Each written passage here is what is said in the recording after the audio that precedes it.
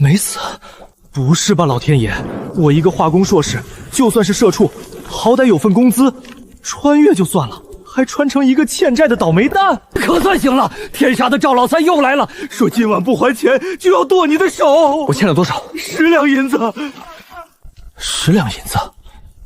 这卤水颜色不对，这是镁离子超标，还有钡离子，难怪会吃死人。杨凌，今天要么拿银子，要么拿手来抵。老子可听说你醒了，别装死！钱我没有，但我能变出银子。你放什么屁！给我1炷香的时间，这锅卤水就是10两银子。李叔，帮我把那些拿过来。今天我给大家变个戏法：生石灰加水，放热反应，生成一氧化铬。一氧化铬会与镁离子反应，生成一氧化镁沉淀。这小子在做法！李叔，搅拌。草木灰里的碳酸钾会与钙离子生成碳酸钙，顺便把钡盐也沉淀掉。出轨了！锅里有妖怪！不，那是有毒的东西。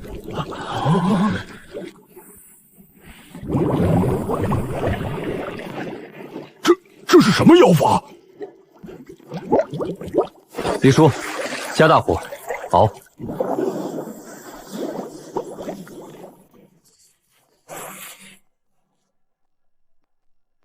比官盐还细还白，这是雪花盐啊！杨哥，你是不是被灶神附体了？这真的是好盐！赵三爷，这锅盐够还你10两银子吗？够！杨爷，听说你们这儿熬出了仙盐，王麻大爷在此识相的，方子和盐都给老子交出来！哟呵，还真让你们鼓闹出白盐来了。这位爷怎么称呼？瞎了你的狗眼！这是王麻子王大爷，这条街归他管。哦，原来是王大爷。这盐是我熬出来的，凭什么给你？凭老子拳头大！王大爷说的对，我当众演示一遍仙盐是怎么来的。方子交给您，我绝无二话。算你小子识相。硫酸、硫磺燃烧出气，关键是反应条件和净化。器皿、温度、冷凝，一步都不能乱。你在搞什么鬼？快点！好了，现在仙盐就在这碗水里。放屁！水里哪有盐？王大爷不信，走近点看看。我的脸，我的眼睛！还有谁想试试？下一个就不只是烫脸了，是瞎眼。各位别怕，明天赚钱还赵三爷的债，剩下的大家伙分。谢杨爷厚命之恩。老爷，出怪事了！西街的王麻子让人烫了，说是有人会仙法。仙法？详细说说。杨哥哥，咱这盐能卖得出去吗？官盐那边20文一斤，咱卖15文。谁说要卖15文一斤？瞧瞧看一看，雪花盐免费试吃，先尝后买。试吃。我的老天，这盐怎么这么鲜？这雪花盐提纯了毒。来，给我来1斤！这成色不寻常，若握在手里，价就有我的。这盐给我看看。小兄弟，我出22文一斤收。钱老板，今天卖完了，下次优先考虑。去查查底细，3天之内我要知道所有。婉儿姑娘，前头有人卖血一样的盐，不苦还特别鲜。有人做出来了。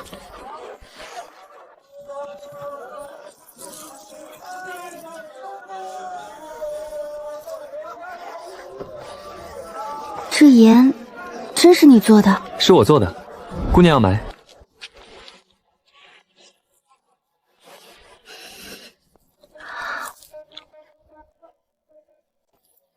这盐没有熔岩的臭味，也没有卤毒的涩味，你是怎么做到的？熔岩，这姑娘懂得不少。独家秘方不方便透露，姑娘是买盐还是？你知不知道官盐里掺的熔岩是有毒的，常年吃会发胃病、肿脖子，甚至致死。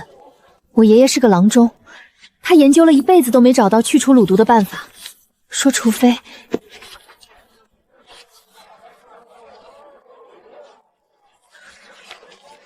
用草木灰水沉淀，再用石灰水洗盐，但配方比例他始终没参透，最后被人害死了。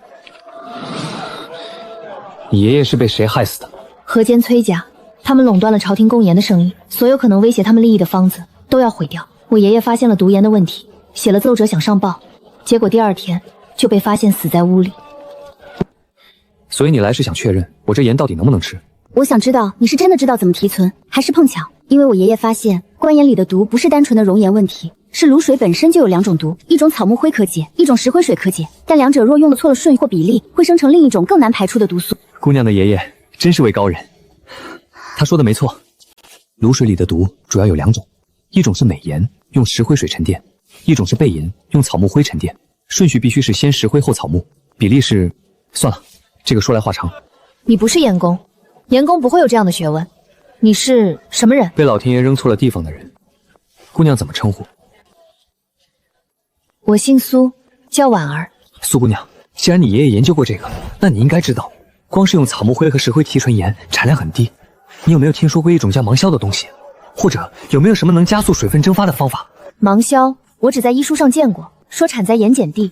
至于加速蒸发，爷爷倒是说过，北方晒盐的人会在了卤池中插树枝，卤水顺着枝条爬上去，蒸发快很多，叫枝条架法。枝条架法，对，这就是枝条架浓卤法。苏姑娘，谢谢你，这条信息起码能让我产量翻5倍。我只是复述爷爷的话，没什么值得谢的。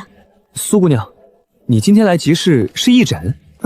我没什么钱，只能给穷苦人看病。这些你先拿着，回去自己吃也好，分给你那些病人也好。吃不上好盐也是病。这位大哥，我以后能再找你吗？关于制盐，我还有一些爷爷留下的笔记。当然，随时欢迎。我打算在附近找地方建盐坊，到时候派人通知你。还不知道大哥叫什么名字？杨凌。杨凌。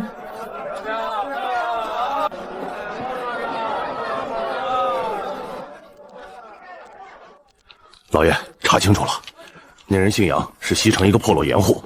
他刚才跟那姓苏的女郎中聊了半天，好像那女的手里有本医书，跟制盐有关。明天把那姓苏的丫头给我叫过来，就说我盐铺子里有伙计得了怪病，请他看看。然后如果不肯，就想办法让他肯。记住，那本医书我势在必得。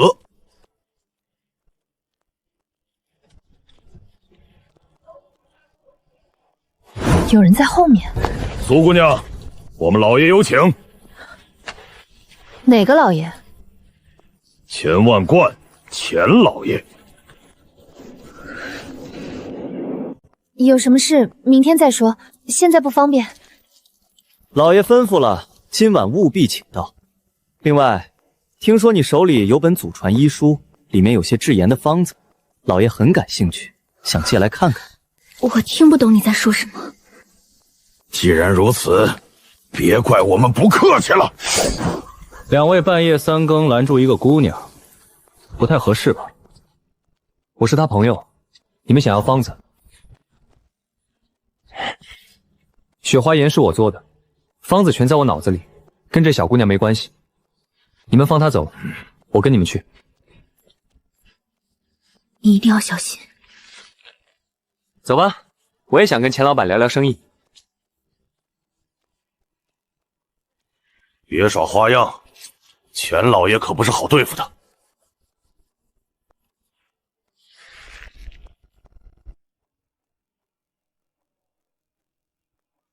老爷，我们把做雪花盐的那小子带来了。钱老板，久仰久仰。听说您想和我合伙做生意，我这不是亲自上门了吗？爽快！来人，看茶。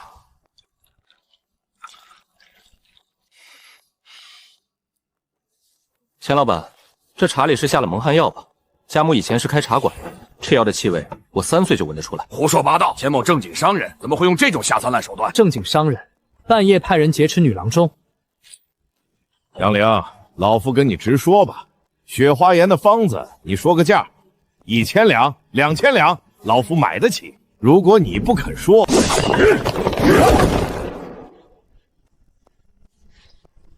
你应该知道什么叫敬酒不吃罚酒。钱老板，你知道我做的雪花盐和别人有什么不同吗？什么？我做的盐不但能吃，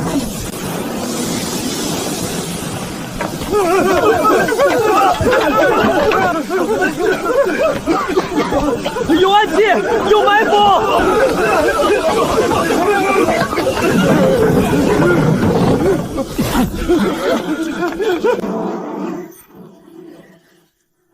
钱老板，你刚才说什么来着？敬酒不吃吃罚酒。你别乱来！我不乱来，我只和你说3个意思。第一，你不能动苏姑娘，如果再让我发现你的人碰她一根手指头，老子让你脸上也开几个麻子。第二，你要的雪花盐方子其实不值钱，没有我给你方子你也做不出来，不信你去试试。第三，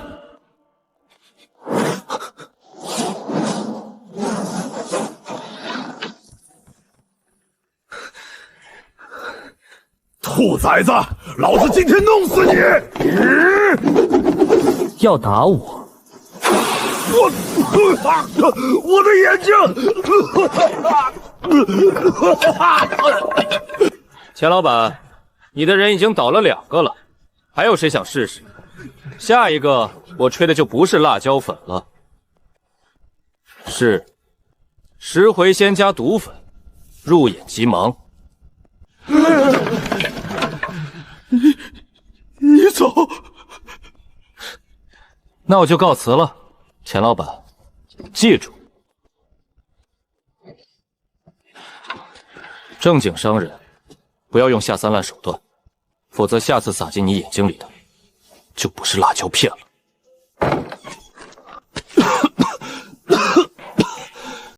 得亏我是一个化工硕士，不然今天真得交代在这儿了。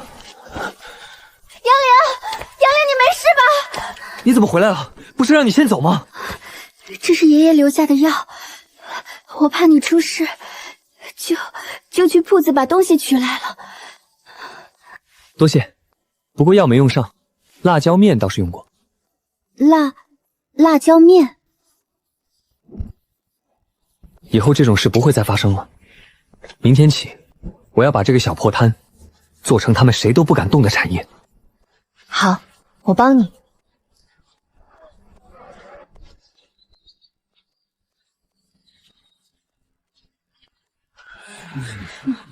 大家都看到了，这卤水里的门道深着呢，浓淡一变，出盐就不一样。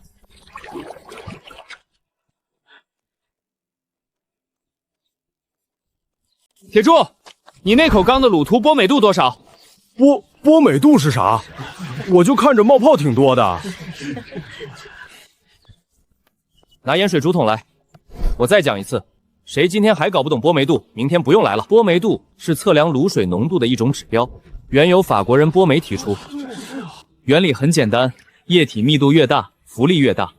读不准的，洗1个月盐缸去。杨哥，咱这等于是办了个血管啊！不是血管，是新式盐场。从今天起，咱不熬苦炉了。老张头，你那边的实验数据出来没？按照小苏姑娘她爷爷留下的笔记，用杨哥的石灰水配比和草木灰过磷法，卤毒去除率达95%。还有这批太阳晒的盐板，盐晶大小真的明显比熬的均匀。辛苦了，老张头，你记住，你这份工作比金矿值钱。杨凌，我用这个菜叶测试了一批新盐，这批镁盐残留偏高，菜叶腌制后有些发苦。康瓦基没洗干净。铁柱，你昨天那缸石灰搅拌时间短了，这缸重新返工。杨哥，咱这么折腾，又是比重又是青菜测盐看，其他盐场的人都说咱杨疯子瞎讲究。讲究？对，咱就要讲究。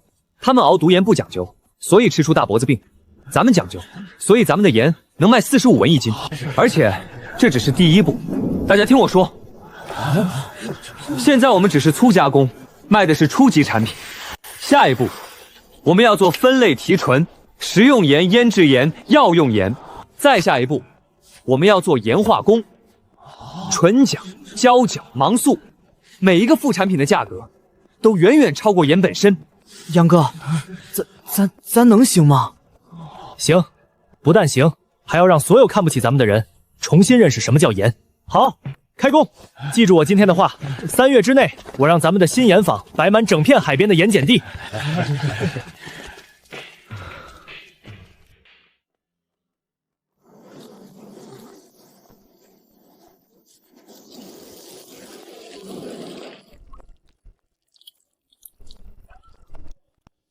这才几天？老张头，今天出盐量多少？今天晒出来的盐有这个数，是前2天全加起来的3倍。按这个速度，等到崔家反应过来之前，你先试产的这批盐就能铺满本县的集市。本县只是第一步，我要让咱们的雪花盐卖到州府，卖到京城，还要让他们知道，天下的盐不该只是用来盘剥百姓的工具。那你得保证自己先活着才行。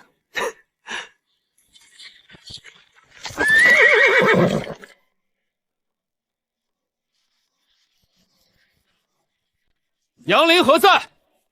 盐铁司赵明伯赵大人有令，即日起，凡私设盐场未经官批熬制私盐者，3日之内必须到盐铁司衙门报备，否则视为犯私盐，一律抄没家产，杖80，提千里。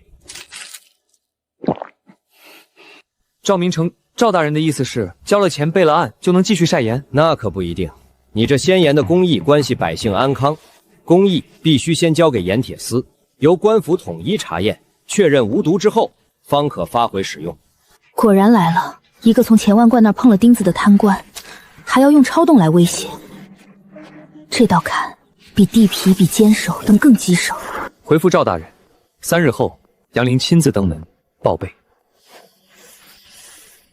3日后，这小子这是要自己跳进锅里来。阿四，准备点有意思的检验环节，这次我要让他知道什么叫官字2张口。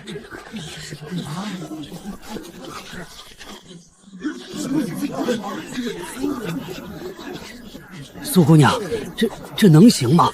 官字2张口，咱斗不过呀。斗不过也得斗，毒盐吃了这么多年，总得有人站出。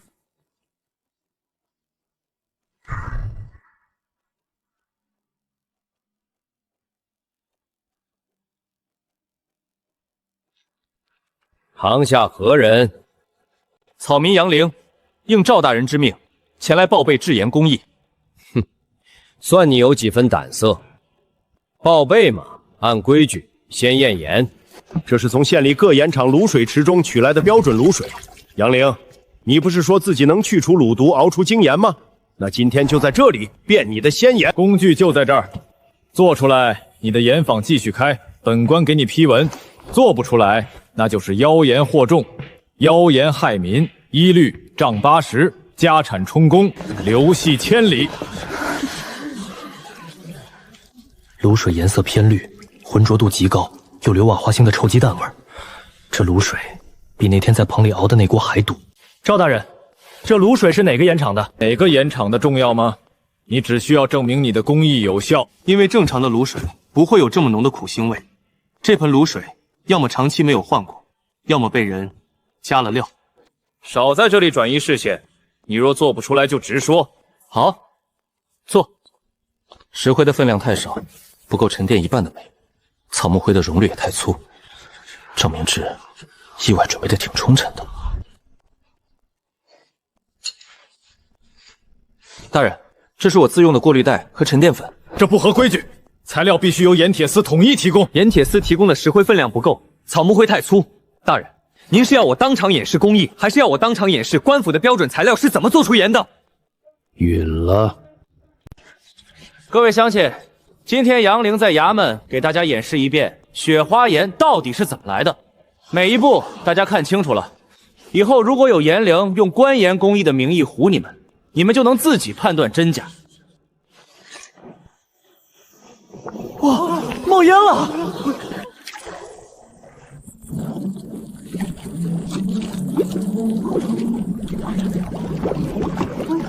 水里有东西，是妖怪吗？不是妖怪，是美毒，就是这些你看不到的东西，让你吃盐的时候觉得苦，吃完拉肚子。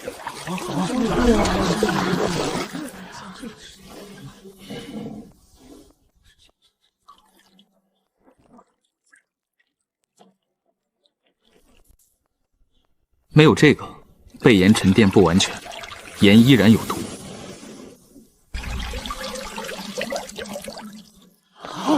水变清了。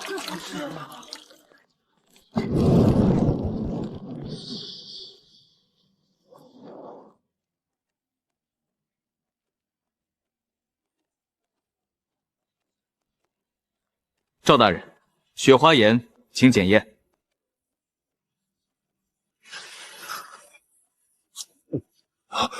回大人，确实上等精盐，无苦无涩无异味，比之官盐有过之而无不及。真的做出来了！关老爷的人亲口说了，比官盐还好。安静！按照大康律例，新盐品需经流量观察1月，确定无毒，方可发放批文。所以即日起，按着。赵大人容禀，老朽姓孙。这种白盐，老朽这辈子第一次见到。但是上个月，城西王老三家因为吃了官盐，一家人上吐下泻，差点没命。他去找盐铁司讨说法，结果反被说成刁民，挨了20板子。大人不知道官盐害了多少人吗？现在有人做出好盐，你还要流量观察1个月？你是要观察盐，还是要拖死这年轻，好让你的官盐继续卖下去？你是观察盐还是拖人？大胆刁民，质疑朝廷命官！赵大人，这位老人家的话也是草民想说的。您要流量观察1个月，可以。这是前3天做出来的10批次流量，每一批都标了日期。草民会继续保持生产，并以45文1斤的价格往外卖，比官盐便宜1半。因为草民有信心。45文1斤，草民的盐不怕检验，怕检验的是那些掺了毒的盐。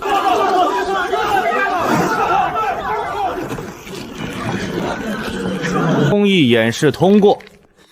准许本县内散行销售，留样观察10日，退堂。多谢大人。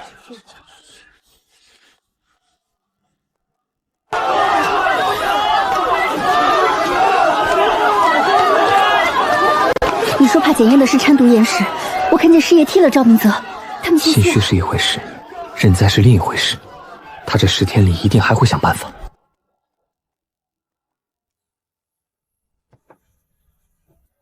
盯住他，所有买他盐的人记录在册，包括那个女郎中。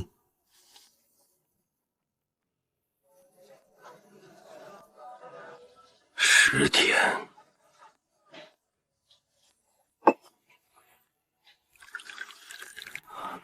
今日共计售盐320斤，银钱结余14两4钱。咱的盐只要一摆出来就卖光。近半月来，我的义诊记录里，大脖子病、腹泻症的患者没有减少，反而增多。他们都是吃了新出的一批官盐后才出状况的。又是官盐！赵明面那狗官明明知道官盐有毒，还死咬着咱不放。老张头，咱们的库存还有多少？按现在的销量够卖3天，但海边新开辟出的那排枝条架开始出炉了，再过5天产量能翻倍。那就先撑住这5天。水生的账上记录有没？有。咱们在城西摆摊的时候，有几个客人是陌生面孔，问了很多计量工艺细节，但我什么都没说，只记下了他们问的问题。是探子。从现在开始，所有人要记住3件事：第一，对外卖盐只说食用无毒，不许透露工艺；第二，老张头，石灰采购换新供货商；第三，铁柱水生轮流值夜，防备有人投毒，我们要防住。水生呢？我都按你说的做了，账本也给看了，他们这2天不会扩产，库存只有3天。水生，你在那儿干什么？回屋。他抓了我娘，我不给消息，他就……知道了，水生，你给了什么消息？库存和出摊地址，但我保住了最核心的配方。你做得很好，至少守住了最重要的。既然他们知道了原来的计划，我们就改。明天去城东启用后山的食槽筛盐法。杨哥，对面是大人物，你到底要走到哪一步？走到能让老百姓吃上放心盐的那一步，不管背后是谁。水生线已断，苏婉儿手里可能有致命证据。时日之期一到，给那丫头制造一场意外，医女士要出事，不是很合理吗？这是购买雪花盐的客户名单，只要其中一个吃盐出了问题，杨凌就洗不清了。大家不要急，排好队，一个一个来。当家的，当家的，你怎么了？又是你小子的盐害人，把这摊子封了！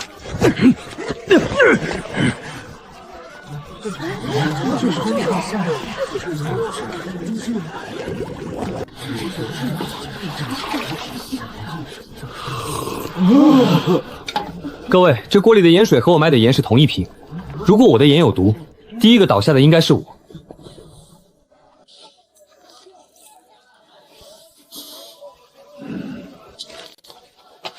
各位看清楚，我杨氏盐坊统一用粗黄纸盖红印，地上这包是白纸包，里面的盐还掺了灰绿色的毒粉。两位差爷来的可真巧，像是早就知道要出事。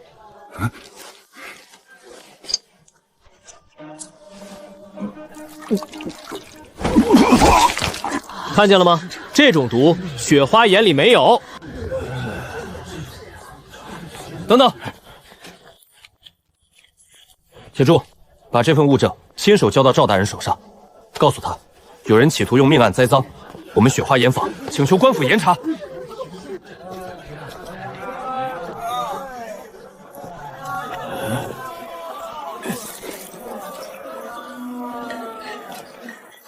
废物，这么简单的事都办不好，还留你们何用？钱老爷息怒，那小子当众喝了盐水，又验出毒盐不是他家的包装，我们实在没法当场封他的摊子。他救回来的人呢？催吐之后缓过来了，郎中说是中毒不深，现在孙老丈把人接到家里养着，杨凌还派人送了2袋雪花盐过去，说是让补补身子。既然栽赃不成，那就换一招。他不是喜欢亲自熬盐吗？等他自己吃自己的盐出问题，我看他还怎么变。去，找一个能进他盐房的人。是。不是普通的毒，银针未发黑，不是硫化物，颜色偏绿，气味微苦，有极淡的杏仁味，应该是某种氰化物矿石膜的粉。什么？氰化物剧毒，摄入少量就能在短时间内使人呕吐、抽搐，甚至呼吸衰竭。这次剂量不大，主要是想制造中毒假象，让我名声扫地，不是真要人命。铁柱，从今晚起，你把所有兄弟分成2班，一班守仓库，一班守筛盐池，外人送货只能到门口，不许踏进内院。是。李叔，账本流水重新复核一遍，任何反常进货都记下来，将来有用。好。如果他们的目标是你的盐腹，那下一个突破口可能不只是原料和水源。如果他们毁掉你的人证，下一步就会毁掉物证，也就是我。我留下来，会把麻烦带给你。从你那天晚上拿着救心丹跑来找我开始，你的麻烦就已经是我的麻烦了。明天我去整理所有医案，把那些吃官盐中毒的病例全部单独抄录。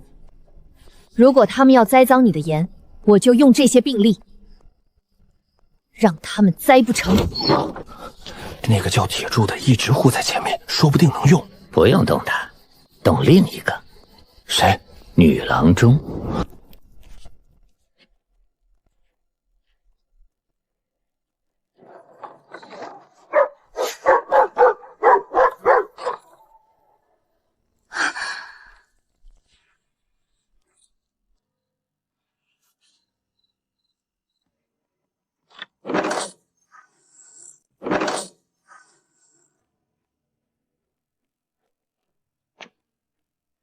钱万贯派你们来的？别碰苏姑娘！谁派你们来的？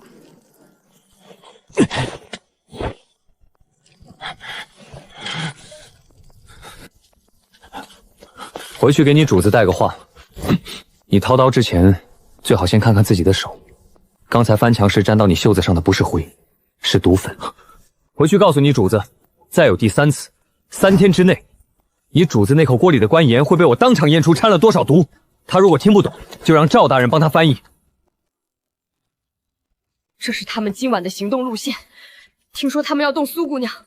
你娘的事交给我，但你之前的过错不能勾销。从今天起去最苦的晒盐池，冲3个月苦力，没问题再归队。把这2个绑了带去柴房，天亮送官。一群废物，既然动不了外围，那就动根本，把水源给我断了，以抽检名义封渠3天。闹，让他闹，告诉他想要解封亲自来找我谈，这次是私人谈话。杨哥，卤水渠让人堵了，派了衙役守着，说要封渠3天。李叔，你在家看住苏姑娘，铁叔带2个弟兄拿上扁担，咱们去盐铁司。赵大人处理公务，今日不接访。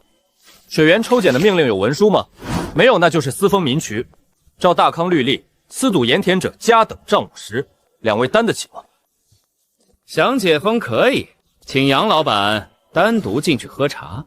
不能去，在门口等着。一炷香我没出来，直接敲锣喊街坊，就说关老爷不让卖盐，叫吃过咱盐的人都来评理。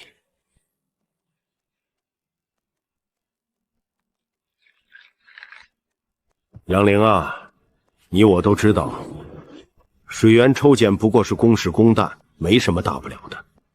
但今天我叫你来，不是为了谈水源。开门见山吧，你的雪花盐品质确实好，卖的也确实便宜，但你自己心里也清楚，光靠你一个盐房能养活多少人？50个、100个？可本县不算你盐房，还有700多户熬盐的造户靠官盐吃饭。大人想说什么？老夫的意思是，你的方子和本县的官盐体系不应该对立。你把方子交出来，由官府统一生产，挂上官盐的牌子，你的雪花盐就能名正言顺卖到全州。你本人可以拿一笔丰厚的酬劳，或者来盐铁司当个技术指导。条件：第一，停止低价售卖雪花盐；第二，所有雪花盐并入官盐渠道；第三，和苏姑娘保持距离，把那些医案交给官府管理。大人，草民也开门见山。等官盐不再掺熔盐，不再让你治下百姓吃的大脖子、拉肚子，甚至没命，我再考虑并入官盐。那些记录可以交给官府，以公开公示的方式，不是管理，是公开。大人，你敢吗？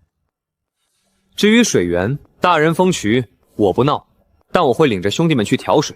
但3天后大人再封的话，今天门口那些街坊会比我更想知道答案。你这是铁了心要和本官作对。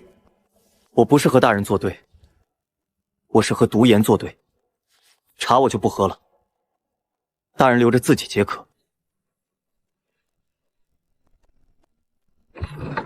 各位放心，没答应他们的条件。水源封3天，我们担。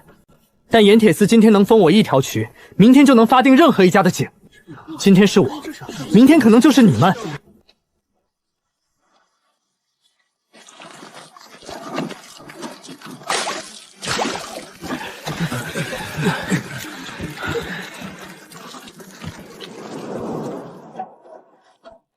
大人，挑水他们撑得住，3天恐怕拖不垮。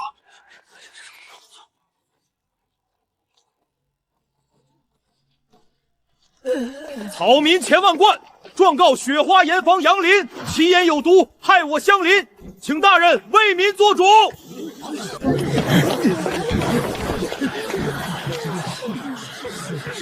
姓钱的倒打一耙。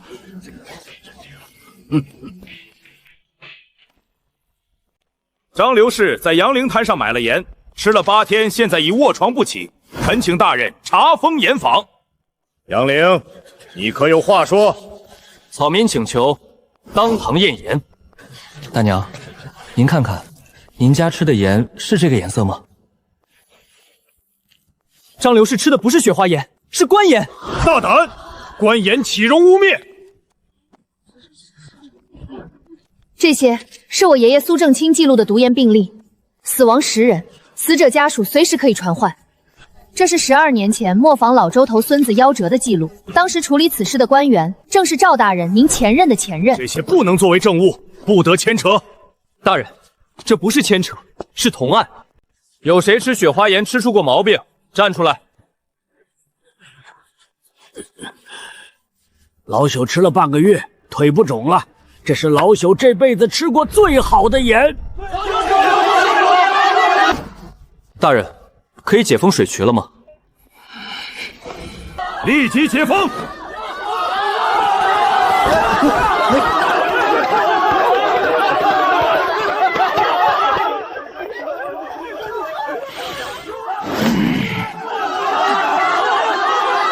让他永远闭嘴。这慢性毒掺在水里，7天后心肺衰竭，验尸也查不出。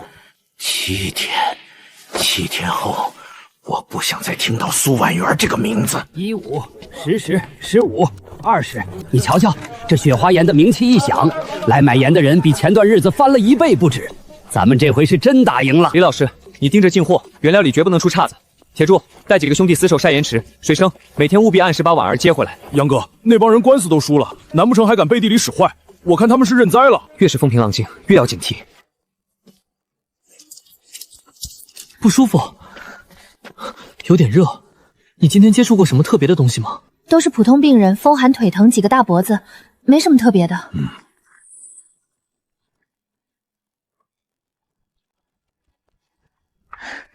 就是累了，你去忙吧，账本还没对完呢。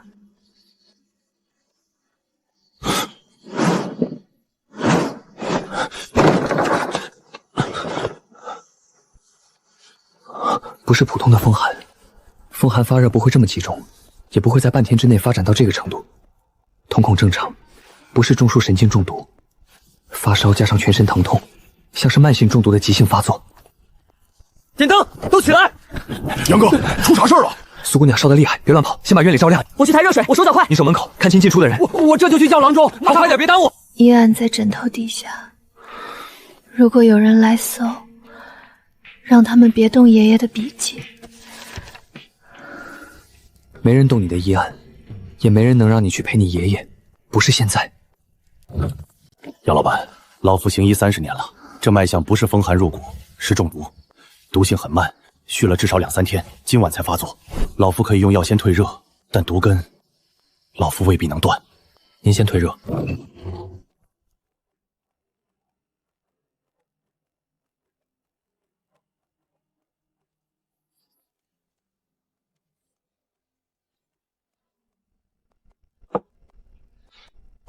水是无色无味的，但残留着砷化物，剂量不大，溶于水难察觉，喝3、5天就会发热疼痛，7天心肺衰竭，死后症状和风寒无异。苏姑娘水壶里被人下了砷毒，能进出药炉的一定有内应，谁知道她晚上会把水壶留在那儿？有个叫刘三的帮工负责厨房打下手，药炉也在他的打扫范围。这几天他来的最早，走的最晚。人呢？今晚他当班，刚还在厨房说肚子疼，要去茅房，我这就去拿他。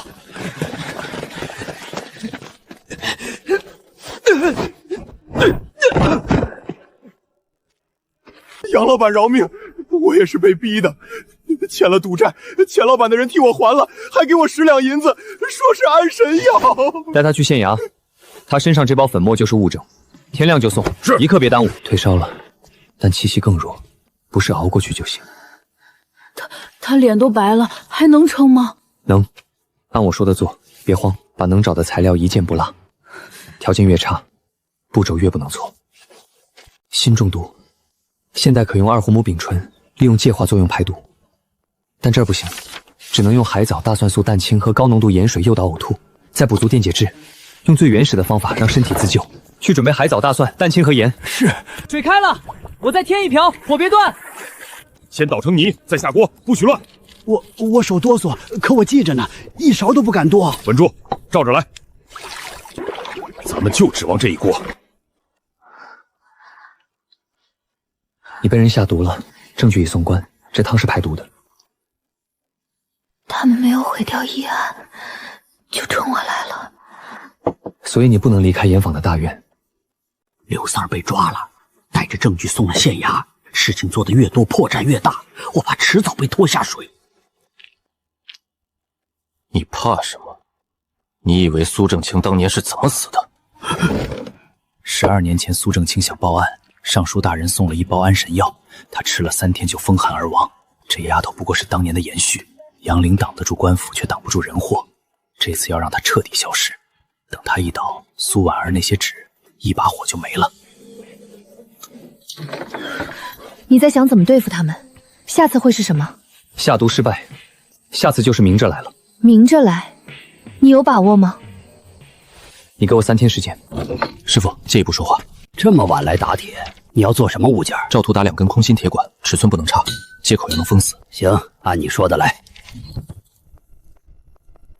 硝石、木炭、硫磺，比例不能飘，火候也不能急，先提存，杂质一多就会不稳。按顺序来，一步错，后面全废。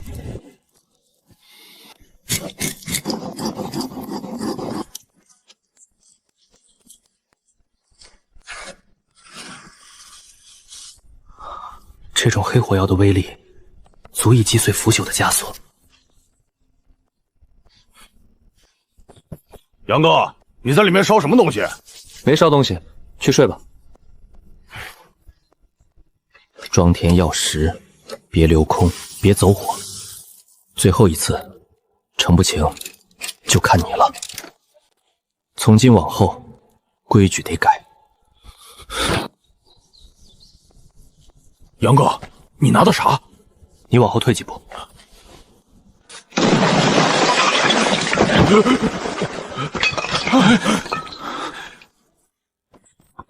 这东西叫火铳，以后守卫直岗1人带1根，隔墙就能杀敌。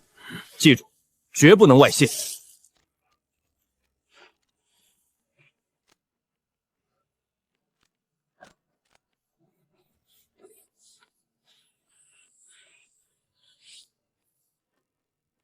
我要建全套体系，把盐卖到天下，而不是永远守在这里。广积粮。今夜去雪花盐房，把场面清干净，不留把柄。那份医案必须烧掉，那位黑色补丁麻衣的少年，就留河间府的盘面上彻底抹去。明白。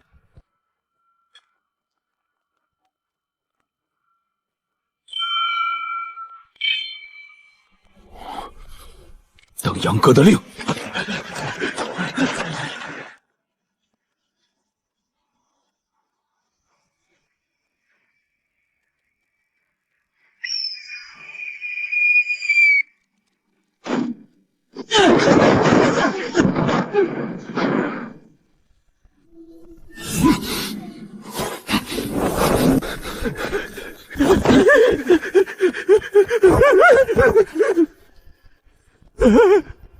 别杀我！别杀我！我不想来的，是灰衣人逼我的，崔景林逼我的，我也不想来送死啊！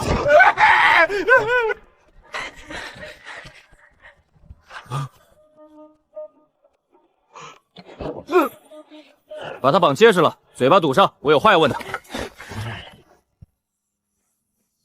我问，你答，答错一个字，你知道后果。谁派你来的？崔家，崔景林，那个灰衣人是崔家养的死士头领。崔景林说，再不动手，雪花岩就要把崔家击垮了。他等不及了，说先把你们杀干净，再把雪花岩的方子和苏儿的医案全烧掉，到时候死无对证，谁都查不出来。集市上那包假毒盐，栽赃我的那包，也是崔景林让我做的。那包有毒的盐是崔家矿场里掺了砒霜的次品盐，他让我找人仿造雪花盐的包装纸，再买通2个衙役，想借赵明诚的手把你抓进大牢。赵明诚也收了崔家的银子。苏姑娘的爷爷苏正清老先生是谁杀的？是崔家，是崔家。12年前，苏正清发现官盐里有毒，写了奏折和医案，想上报朝廷。崔家怕事情败露，就派了灰衣人去灭门。苏正清不是被烧死的，灰衣人亲口跟我说过，他是先把苏正清勒死才放的火。你说的都是真的。苏姑娘，12年了，现在我知道了，灰衣人是崔家的刀，崔景林是执刀的人。杨凌，你要答应我一件事，总有一天，你要带我去京城，我要站在金轮殿上。好，弟兄们，今天晚上我们守住了，但我们不能每次都靠5根火铳，只要源头还在，永远没完。那个源头不在河间府，在京城。从今天起，我们只做一件事：广积粮，缓称王。你们愿意跟吗？杨哥，你说怎么干就怎么干。杨哥，算我一个，也算我一个。萧氏交给我提纯。你爷爷的仇会报的。我知道。杨凌，你看这个，这是我整理爷爷遗物时在夹层里发现的古岩脉地图。这是京城崔家的标志。看来这趟浑水比我想象的还要深。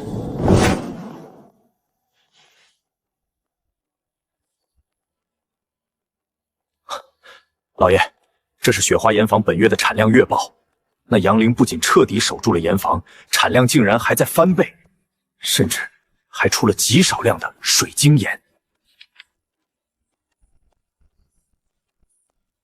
这个杨凌不能再让他成长下去了。